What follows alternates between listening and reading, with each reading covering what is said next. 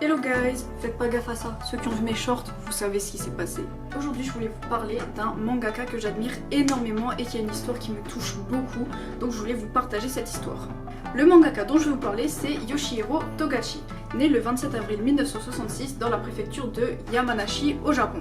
Son enfance on sait pas grand chose, on sait qu'il dessinait déjà en primaire, qu'au lycée il a rejoint le club des beaux-arts et qu'il a étudié l'éducation dans l'université Yamagata dans le but de devenir professeur. Il a un frère nommé Hideaki qui est également mangaka mais plus dans le style érotique. Ses œuvres elles sont pas beaucoup publiées ni médiatisées et elles tournent dans un cercle très restreint, donc on sait pas grand chose sur lui et de toute façon je vous en aurais pas parlé parce que c'est pas de lui que je veux parler et j'aime pas les œuvres érotiques. Le 6 janvier 1999, Togashi s'est marié avec Naoko Takeuchi, la créatrice de Sailor Moon. Ils s'étaient rencontrés lors d'une soirée en 1997 et l'année suivante, Takeuchi a aidé Togashi pour son manga Hunter x Hunter en ajoutant une trame. Une trame, c'est une technique de dessin consistant à l'application des textures et des nuances. Merci ChatGPT. Et ils ont eu 2 enfants. Et le truc que je trouve vraiment trop adorable et vraiment trop mignon, c'est que Togashi a annoncé la naissance de ses 2 enfants dans le tome 10 et le tome 27 de Hunter x Hunter. Il a également annoncé son mariage dans le tome 5 et ce genre de truc, ça me fait fondre, c'est trop choupinou. Genre il expose son bonheur, il le partage avec nous dans ses œuvres et je trouve ça tellement mignon, j'adore ça. Ah j'adore ça, ça met des paillettes dans mon cœur. En 1987, alors que Togashi n'a que 21 ans, il remporte le 34e prix Tezuka. Ça gratte. Le prix Tezuka c'est un prix remis 2 fois par an au Japon à un manga en privilégiant les nouveaux artistes. Et c'est son manga Butobi Stretch, qui est un one-shot, donc un seul chapitre, qui lui a permis de remporter ce prix. C'est un récit suivant Todoroki-kun. Non, pas celui-là. Non, pas celui-là. Pas celui-là. Non, pas celui-là. Oui, c'est lui.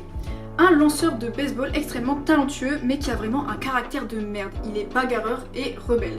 Et son rêve à lui, c'est de devenir capitaine de son équipe de baseball. En 1988, Togashi publie son tout premier manga intitulé Tanda Birthday Present et qui marque son tout début dans le monde du manga. Et pour la petite anecdote, il séchait ses cours à l'université pour pouvoir consacrer tout son temps à la création de cette œuvre. Oh, le délinquant! La racaille de Shanghai! Bah non, pas Shanghai, du coup. Pendant 2 ans, il va écrire plusieurs histoires courtes qui vont être publiées dans Okami Nante Kuwakunai. Puis il va créer une série en 4 tomes publiée en 1990 intitulée Tante Shuwaro Cupido, qui est une comédie romantique un peu suggestive dans laquelle il a fait participer son frère. Et le truc que je trouve vraiment drôle, c'est que Togashi lui-même conseille à ses lecteurs de ne pas trop lire entre les lignes. Pour lui, c'était vraiment un échec personnel cette œuvre. Et c'est en 1990 qu'il se lance dans la création de sa toute première série longue qui connaîtra un succès énorme et qui aura son adaptation en animé en 1992.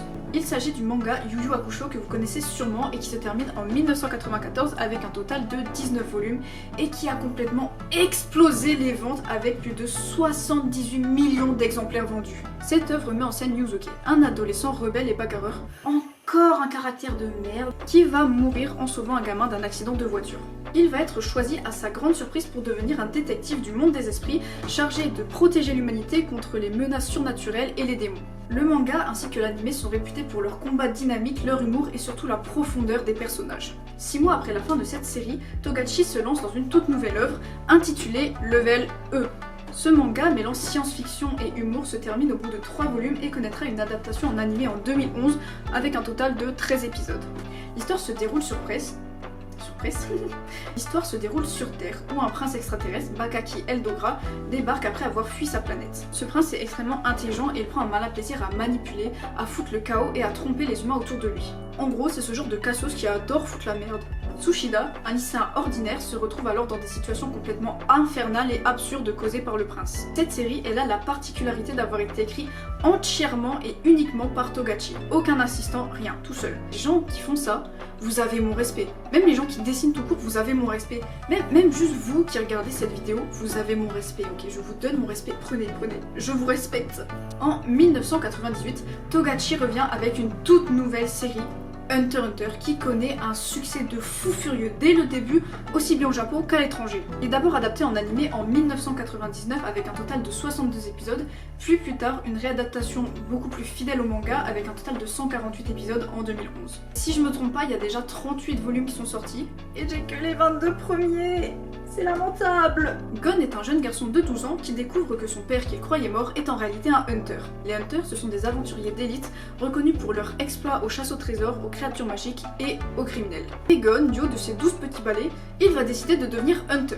Il va alors passer l'examen d'hunter, une série d'épreuves extrêmement difficiles qui testent sa force physique, sa résistance physique, son intelligence, son courage ainsi que sa résistance. C'est au cours de ces épreuves qu'il va rencontrer des camarades qui vont devenir ses amis. Kurapika qui est bien déterminé à retrouver et à arrêter la brigade fantôme qui est à l'origine de la destruction de son clan. Léolio qui prétend vouloir être riche mais qui rêve en réalité de devenir médecin. Et enfin Kirua qui a fui sa famille de psychopathes parce qu'il voulait passer l'examen d'hunter parce qu'il trouvait ça cool, c'était un petit défi pour lui. Tranquille hein, tranquille. Et c'est tout au long de cette série qu'on va suivre leurs aventures, leurs combats, leurs rencontres, ainsi que découvrir leur passé. Aucun rapport. Mais j'ai un pote qui m'avait dit que si on était dans Hunter x Hunter, je serais Shizuku. Vous en pensez quoi? Admirer. Là, je me suis donné à fond. Ya. Ah. Urk. Ça me va bien les ordinateurs. Ça me va bien les aspirateurs, non? Et... regardez, je l'ai même dessiné. S'il vous plaît, admirez, dites-moi que c'est joli parce que je l'ai fait moi-même, ça me ferait chier que ce soit mal fait. Il est bien, non? J'adore ce personnage en fait. Vive les aspirateurs.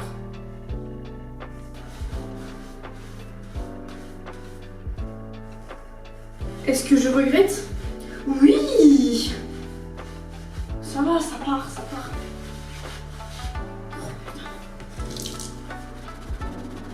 Bon, vive le savon. Oups.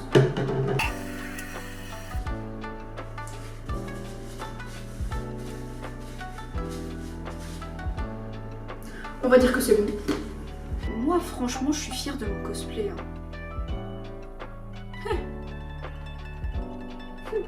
Désolée, oh je déteste faire ça. En 2008, Togashi égale même Eiichiro Oda, l'auteur de One Piece, au 5e rang des mangaka préférés.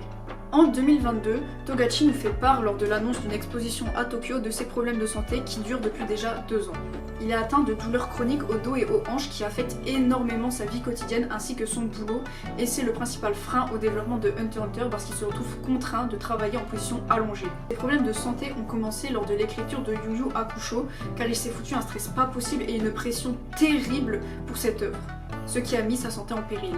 Je trouve que ce problème de santé c'est beaucoup trop récurrent chez les mangaka qui mènent un train de vie à 1000 à l'heure sans prendre de place au repos juste pour satisfaire leurs éditeurs et leurs lecteurs. Je pense notamment à Kentaro Miura, l'auteur de Berserk qui en est décédé en 2021, ainsi qu'à Eiichiro Oda qui s'est retrouvé plusieurs fois hospitalisé suite à l'épuisement mental et physique dû à son travail exténuant. Le manque de sommeil, le stress constant, les hygiènes de vie souvent déplorables et négligées à cause des délais serrés aggravent les risques de blessures et de maladies, surtout pour les mangaka qui publient au format hebdomadaire, donc une fois par semaine, ce qui est un rythme vraiment très soutenu qui laisse pas de place au repos. Togashi il nous confie lui-même qu'il n'est pas certain de réussir à terminer la série Hunter x Hunter. Néanmoins, il nous dit qu'il a déjà pensé à léguer le dessin à un de ses assistants pour assurer la continuité. Il nous confie également qu'il a déjà imaginé 4 fins différentes à cette œuvre, au cas où s'il n'arriverait pas à la finir par lui-même. Et je tenais à parler de ça parce que je voulais qu'on prenne conscience que derrière des œuvres qu'on trouve incroyables, il y a souvent un travail extrêmement difficile et acharné qui met en péril la vie des mangaka et on s'en rend pas toujours compte. Ça me désole et ça m'attriste énormément de voir ça parce que Yoshihiro Togashi c'est vraiment quelqu'un que j'admire énormément. Son œuvre Hunter x Hunter ça fait extrêmement longtemps que je la suis et voir qu'il se met mal à cause de nous ça me fout en rogne. Voir qu'il met sa vie dans la balance pour nous satisfaire, pour nous faire plaisir avec ses œuvres qui sont juste incroyables. Enfin franchement... moi ça me désole beaucoup. Et je trouve qu'on oublie trop souvent qu'avant d'être un mangaka reconnu et réputé, c'est en premier une personne, et en l'occurrence c'est une personne qui va mal en ce moment. Je vous encourage vraiment à lui envoyer tout plein de messages de soutien sur son compte Twitter que je vous mets ici, enfin son compte X maintenant.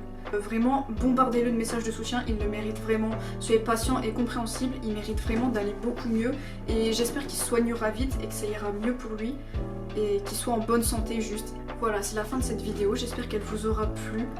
C'est un sujet qui me touchait énormément et que je tenais vraiment à vous partager parce que comme j'ai dit, Yoshihiro Togashi, c'est vraiment quelqu'un que j'admire énormément et ses œuvres, je les ai presque toutes regardées, elles sont vraiment incroyables, j'adore vraiment son style.